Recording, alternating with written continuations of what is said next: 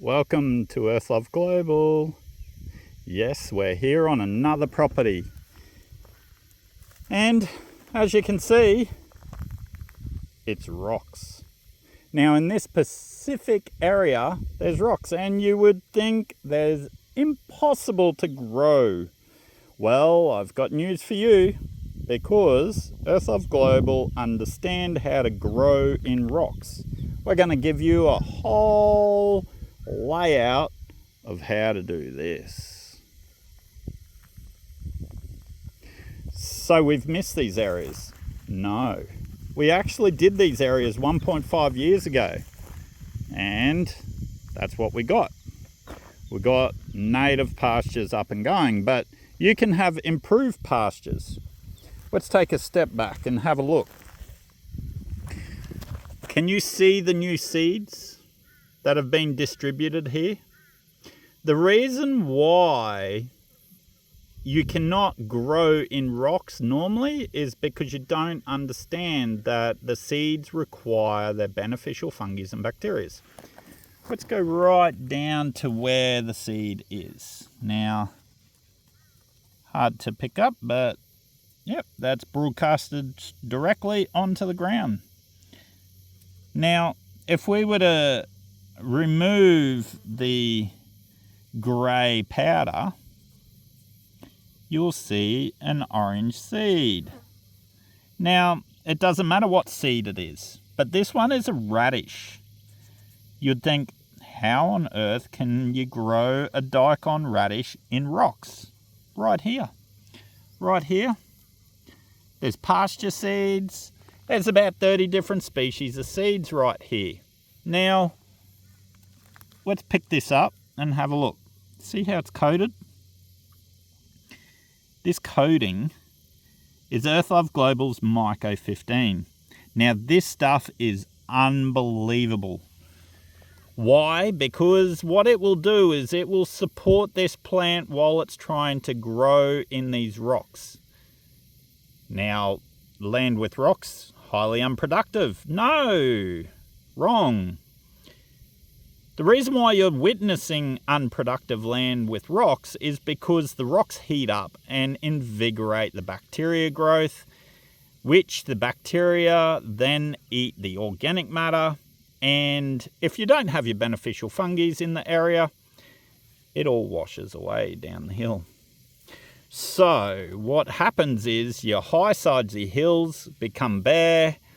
That doesn't feed down the hill, and therefore your hills stop being productive, and then your land below stops being productive. In this case, we've actually got the land productive down the hill. Up the hill, we're struggling a little bit, but further up the hill, it's not struggling. So really, it depends on the area and if we've inoculated the fungi correctly. Now, this is 1.5 years ago. We've got a 70% strike rate in this field. That's not bad considering it is rocks. So 70% overall is quite a significant germination rate for the Earth Love Global team. We're super stoked with this because if you would have just cast out seed in this area and try and direct drill, there is not a chance.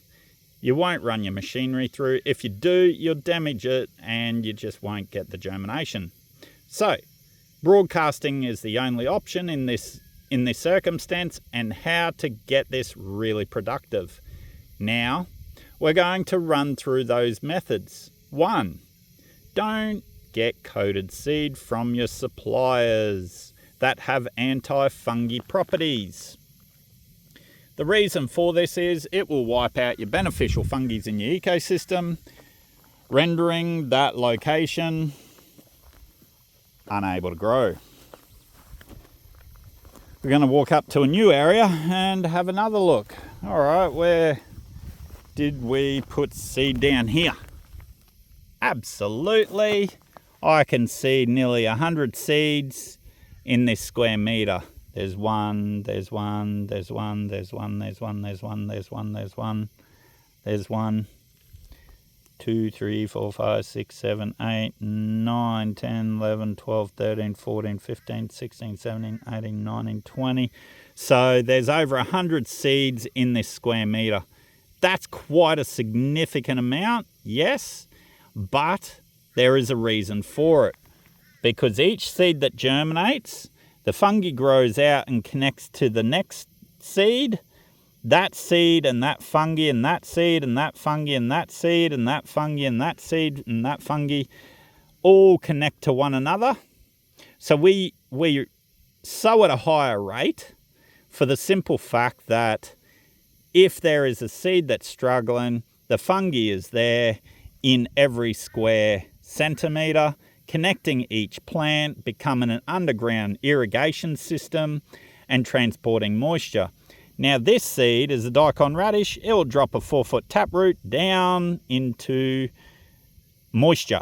Now it takes 3 days for that seed to germinate and it will drop its root over the next 30 days. There's enough moisture here for that to do that and enough rainfall for it to establish to a full-size plant.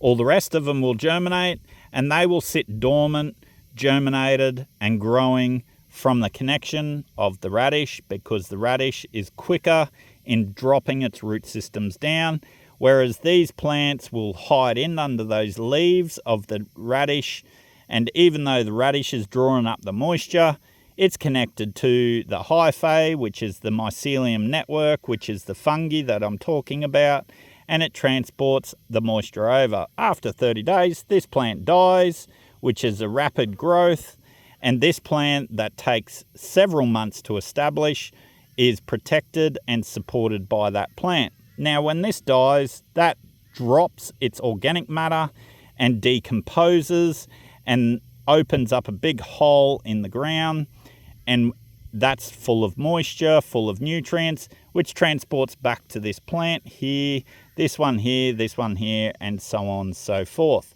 So we use 30 different species of seeds in this situation, and what it does is it will transport it back to those plants.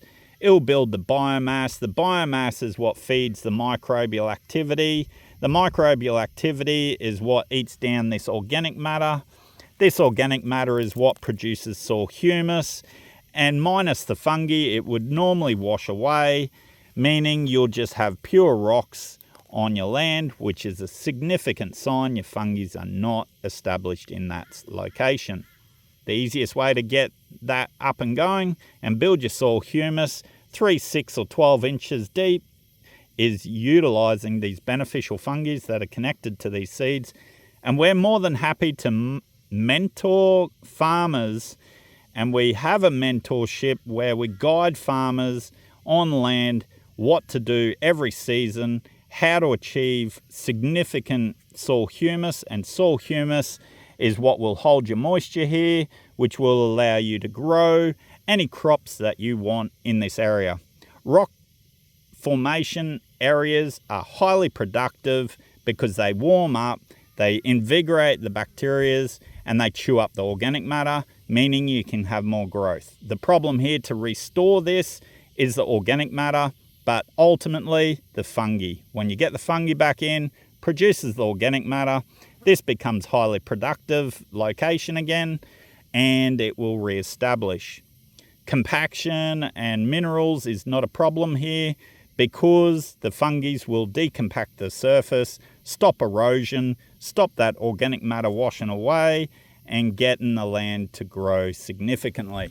And as you can see, we've only got little patch-ups that we need to do and fix-ups. And yes, there is hardly any biodiversity here, but at least we've got ground coverage now, whereas for the last probably 7 years, they've been looking like this. So that's a good sign in what we've established here on this property. A very, very rapid productivity. There was a problem here for some reason. It didn't take hold. It could be acidity, but fungi loves to break down acidity. So once again, if your soils are really acidic, that could be a sign that the fungi is not there as well, or the fungi that you need.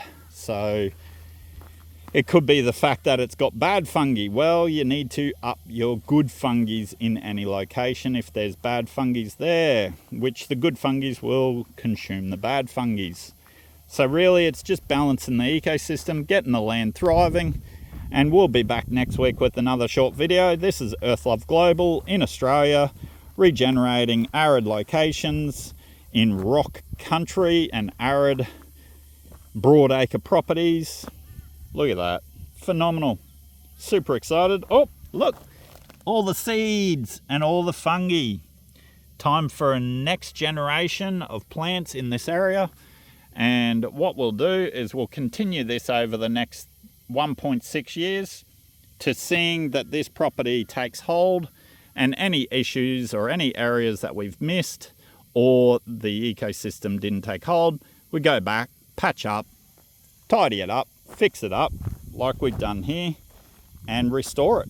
So obviously this is a really harsh area, very hard to establish, but now that we've got the 70% coverage on the property, we'll find that this will restore pretty much overnight, because all that land there will be supporting this area here now, whereas this area was supporting all that land. So all the nutrients that were breaking down here and washing out, it's fed all this. And what we're doing here is re-establishing the fungi. And as you can see, high up, it's actually growing. There isn't a problem. So it's just one of those locations that probably are heavily compacted, but the fungi will fix that as well. And maybe the machinery stopped dropping and delivering the fungi out and the seeds in this area. We will not know, but 70% coverage in one application on rock country. We get told by farmers it's impossible. What do you think? Very possible, very easy if you understand soil and soil humus. Thank you again. We'll be back next week with another short video on soil humus formation.